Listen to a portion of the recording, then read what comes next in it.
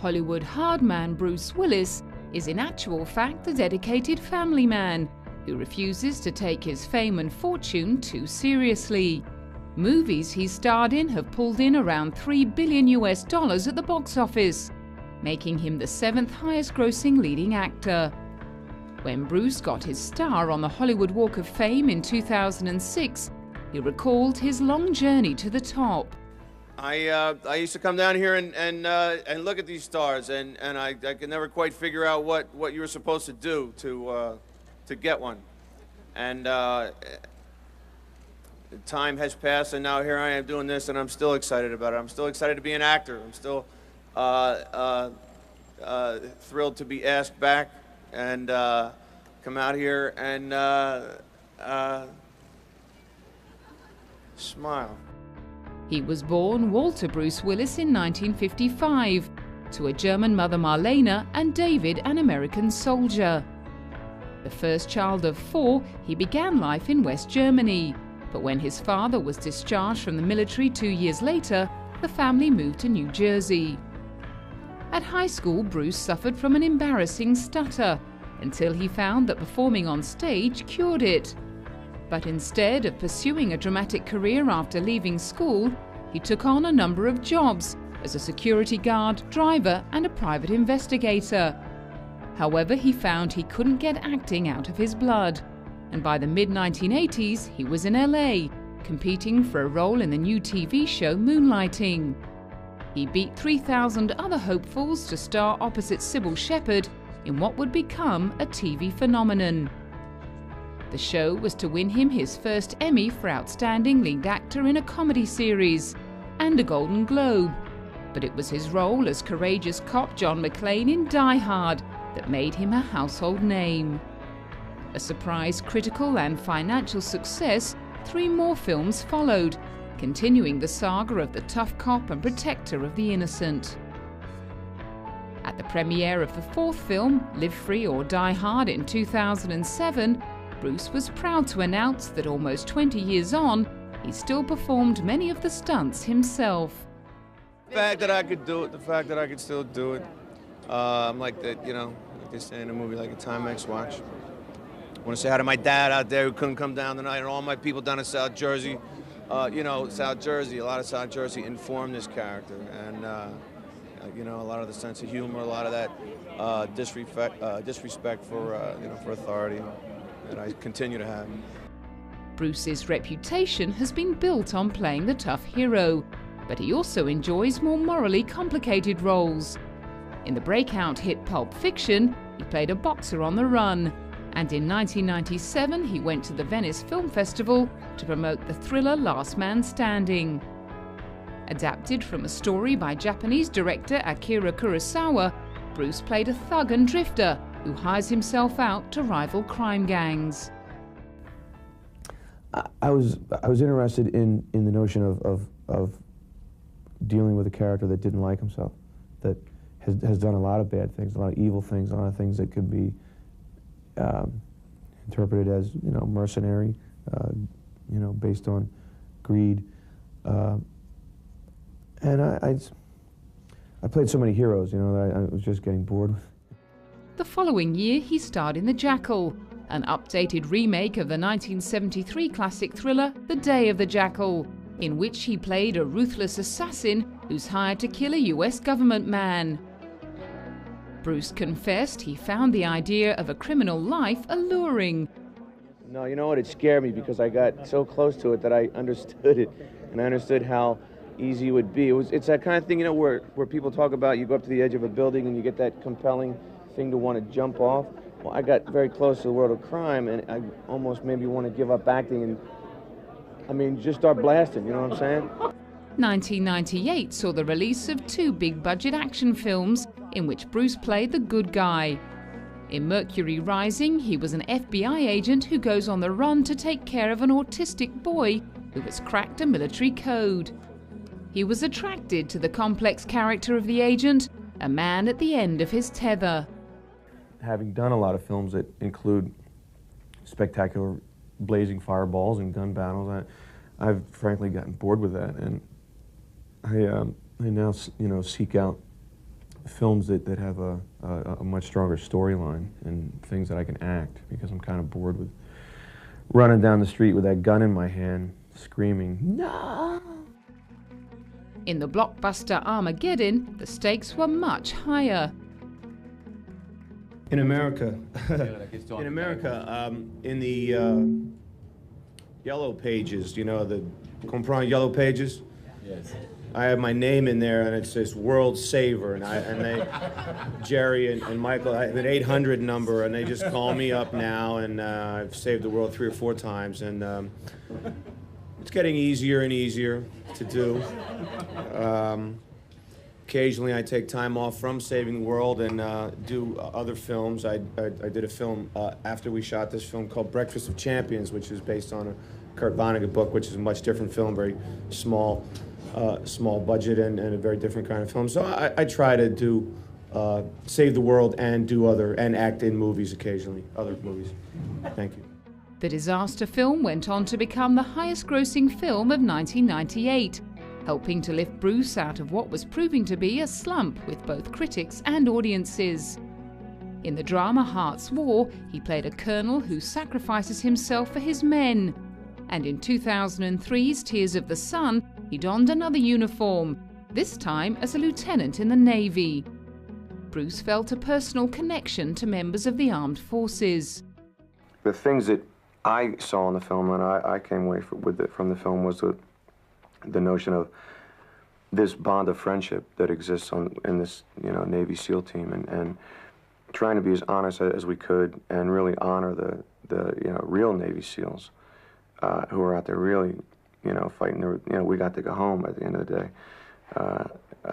and you know, everybody in the armed forces really, you know, are doing a really difficult job right now. 2005 saw him join the dark, gritty world of Frank Miller's graphic novel Sin City. In the film adaptation, he lined up alongside other Hollywood hard-hitters like Mickey Rourke, Clive Owen and Benicio del Toro. The same year, he played a burnt-out police negotiator in the thriller Hostage. I think actors are supposed to play roles where you're vulnerable and where you're trying to overcome obstacles. I think that's our job. You know, the other version is you know, comedy, where you're trying to make people laugh. But in a film like this, that's a very serious film and very complicated and has a lot of plot twists to it. I was very fortunate to have a director like Florent to kind of steer us through it. Bruce's oldest daughter, Ruma, also appeared in the film. He'd insisted that she come in and audition, and was proud to see her win the small part. In 2006, he continued his run of flawed action heroes in the thriller 16 Blocks, where he played an alcoholic cop trying to protect a petty criminal. Director Richard Donner never questioned Bruce's ability to play the rather unflattering role. I didn't have a doubt. I mean, Bruce Willis is a really solid actor. And, you know, if you look back on a lot of movies he's done, he's taken a lot of chances on some pretty bizarre films. And he also plays, you know, the hero. And I just thought this character may be appetizing to him because he could use his acting abilities and be secure in himself, who he was. And could he play a mustached, fat belly, relatively bald, drunken cop with a bad leg, but more important, internally play that. The following year, as well as climbing back into the shoes of die-hard hero John McClane, he also starred opposite Halle Berry in the thriller The Perfect Stranger. Halle had had her heart set on Bruce for the role of Harrison Hill, a charismatic advertising man, and Bruce found it impossible to say no. No, I don't think anybody can. I think it would be almost impossible. And I don't know why they asked me to do it. I came out in my little fuzzy rabbit slippers, bathrobe, and you know, she still wanted me to do it, so I thought that was a good sign.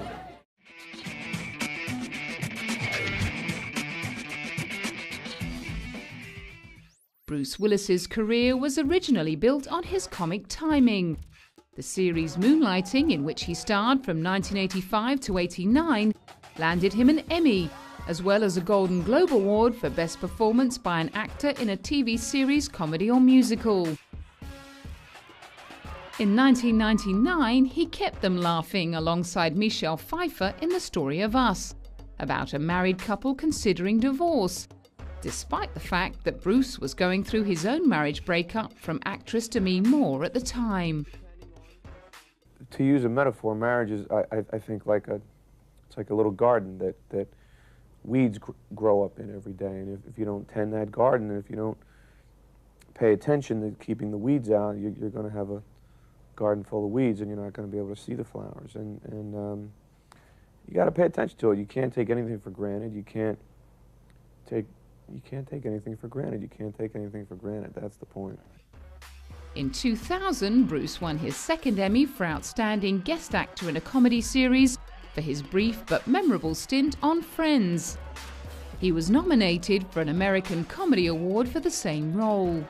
Bruce has also lent his voice to a number of animated comedy films, including Rugrats in 2003, in which he played Spike the dog, who sings a duet with rock legend Chrissie Hynde. Chrissy's just, she's just so sexy, just such a great singer, and I'm just a howler. I mean, Spike's just howling through that song. But it was big fun. It was a big fun process for me doing this thing, and I think it turned out really well.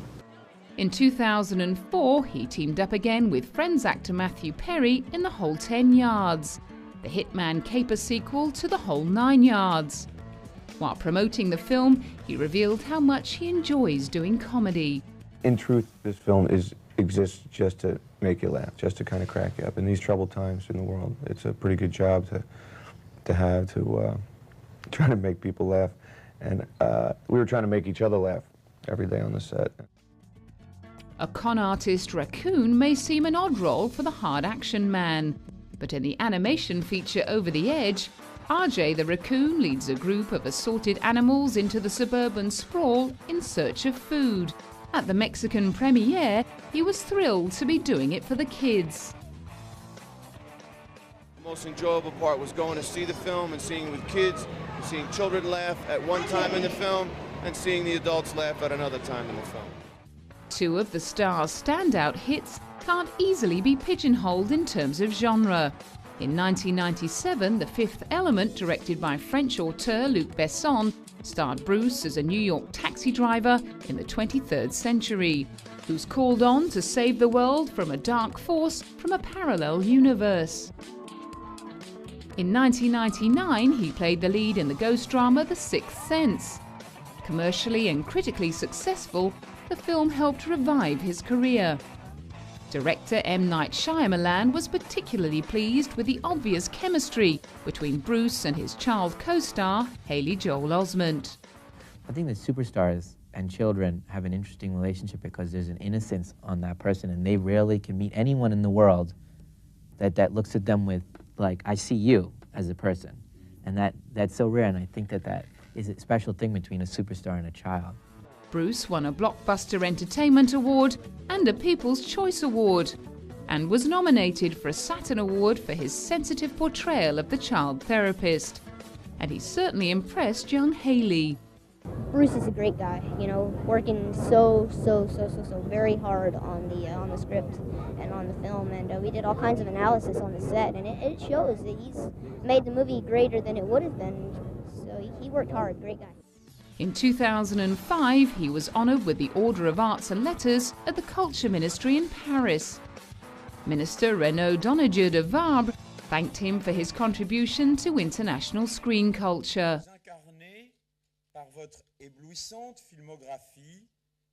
In your outstanding filmography, you have incarnated big-hearted heroes who always end up putting every dimension in their lives at risk.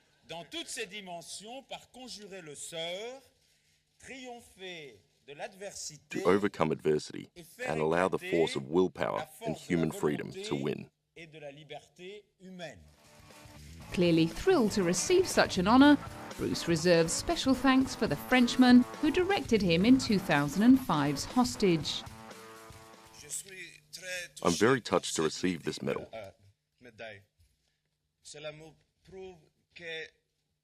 This shows that cinema has no frontiers and that we all belong to the same artistic community.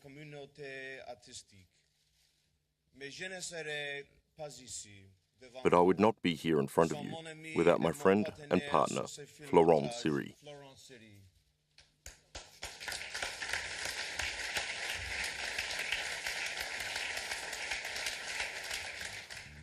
The same year, the country of his birth honoured him with the Film International Golden Camera Award held in Germany, the night before the Berlin Film Festival.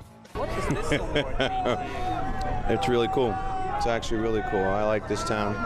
I always have a good time when I come here. It's always it's a good crowd, good fun, and wow. I'm about to burst into flame. Let me just step right over here and I'll keep talking to you. Be right with you. And I just feel a really strong kinship with this country. You know, I was born here, so it's pretty cool. A year later, Bruce stepped up to receive his star on the Hollywood Walk of Fame. Friends and family joined him at the ceremony. Traffic literally came to a standstill as Bruce unveiled the 2,321st star on the walk, an honour his good friend Ben Affleck felt was overdue. All I really can say is that aside from being a big star and deserving of this honor, he also happens to be a hell of a good guy, a family man, and the sort of person who would go a long way for his fellow human being. And I think that merits recognition almost as much as all the great movies he's made. I am certainly very, very lucky and very proud to call him a friend, and I'm honored to be here. Thank you.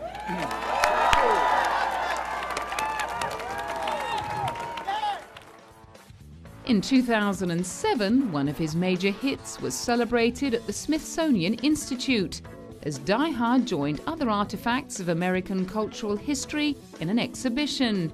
Bruce donated his character's shirt and ID badge to the museum, along with the original script.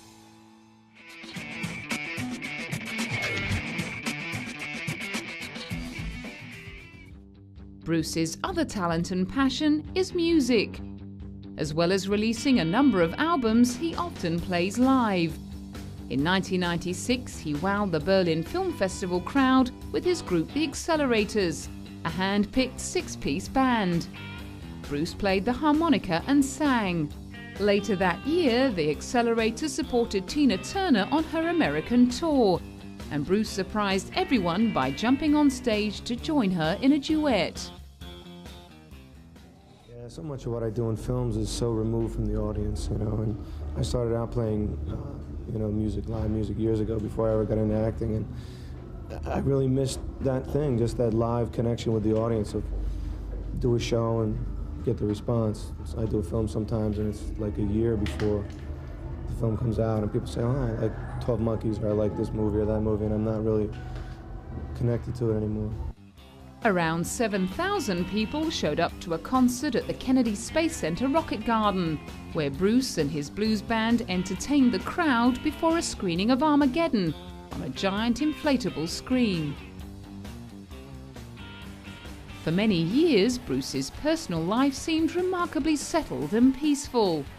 After meeting Demi Moore at the premiere of the film Stakeout, he went on to marry her in November 1987. They had 3 daughters, Ruma, born in 1988, Scout in 1991, and Tallulah Bell, born in 1994. However, after 11 years of marriage, the couple shocked the world by announcing their separation, finally divorcing in 2000. Bruce and Demi shared custody of their children and remained so close that gossip magazines began circulating rumours about a remarriage, until Demi hooked up with a much younger Ashton Kutcher in 2002. The following year, Demi breathed new life into her film career by appearing in Charlie's Angels Full Throttle. Proving that there were no hard feelings between the former couple, Bruce bravely agreed to put in a cameo appearance. Both times we've ever worked together, I killed him. You know, it was this...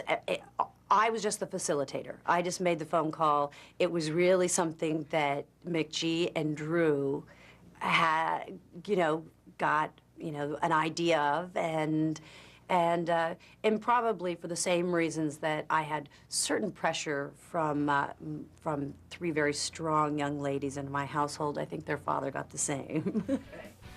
At the premiere of the film, Demi turned up with both boyfriend and ex-husband in tow. The unusual arrangement started tongues wagging again. Bruce has consistently refused to comment on his relationship status and has become notorious for his lack of patience with the media machine. At the Mexican premiere of Over the Hedge, he turned his well-known antipathy towards the press into a joke. You know what? I love the press. It's just a myth that I had any problems with, the press. I get along great with the press. I love them. They come over the house. They take pictures of me. We have little parties. It's just wonderful. After his marriage split, Bruce dated a number of well-known beauties, including Maria Bravo Rosado and Emily Sandberg.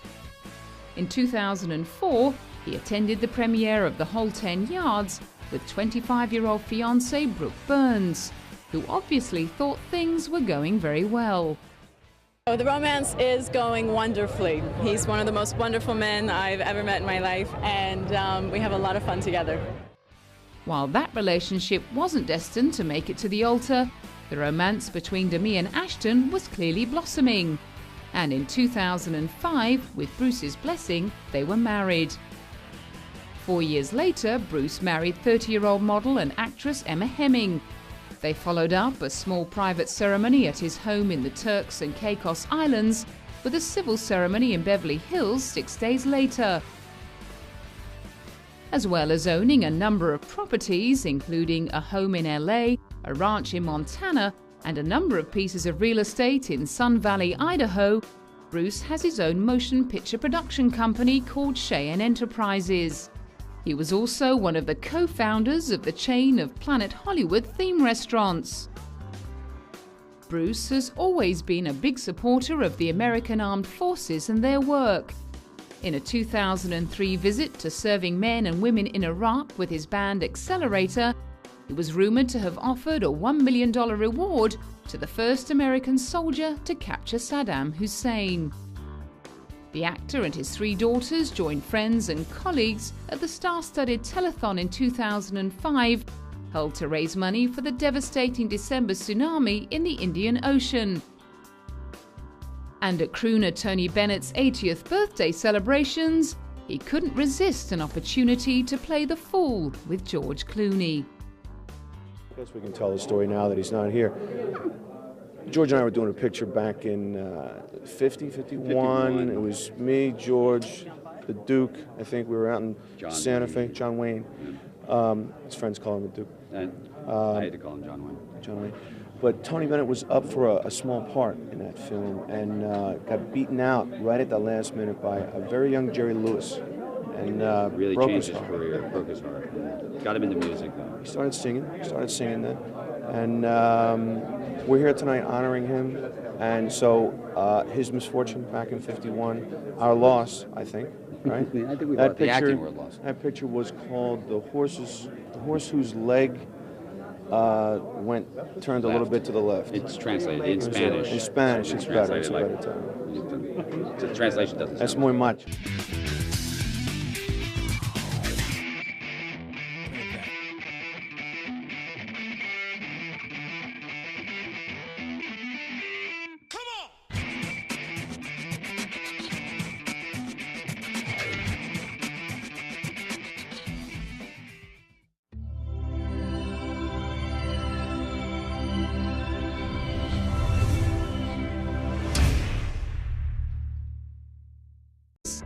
making him the 7th highest-grossing leading actor. When Bruce got his star on the Hollywood Walk of Fame in 2006, he recalled his long journey to the top. I used to come down here and look at these stars, and I could never quite figure out what you were supposed to do to get one. And time has passed, and now here I am doing this, and I'm still excited about it. I'm still excited to be an actor. I'm still thrilled to be asked back and come out here and Smile. He was born Walter Bruce Willis in 1955 to a German mother Marlene and David, an American soldier.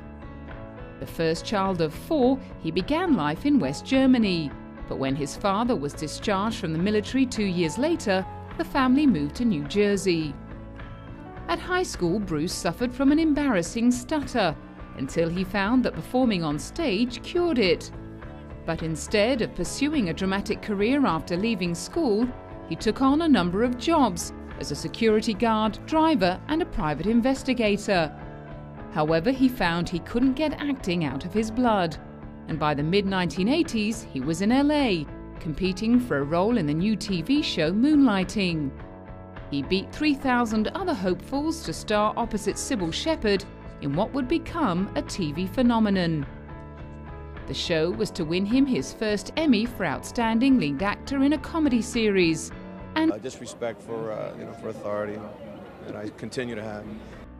Bruce's reputation has been built on playing the tough hero, but he also enjoys more morally complicated roles. In the breakout hit Pulp Fiction, he played a boxer on the run, and in 1997 he went to the Venice Film Festival to promote the thriller Last Man Standing. Adapted from a story by Japanese director Akira Kurosawa, Bruce played a thug and drifter who hires himself out to rival crime gangs. I was interested in the notion of dealing with a character that didn't like himself, that has done a lot of bad things, a lot of evil things, a lot of things that could be interpreted as, mercenary.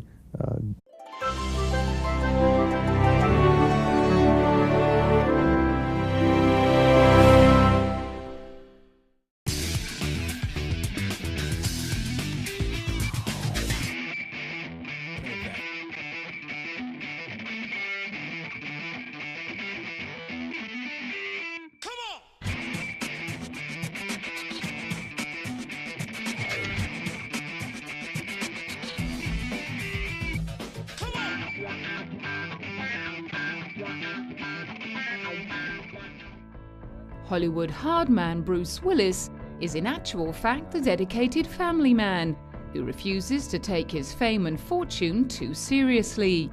Movies he's starred in have pulled in around $3 billion at the box office and a Golden Globe. But it was his role as courageous cop John McClane in Die Hard that made him a household name. A surprise critical and financial success, 3 more films followed, continuing the saga of the tough cop and protector of the innocent.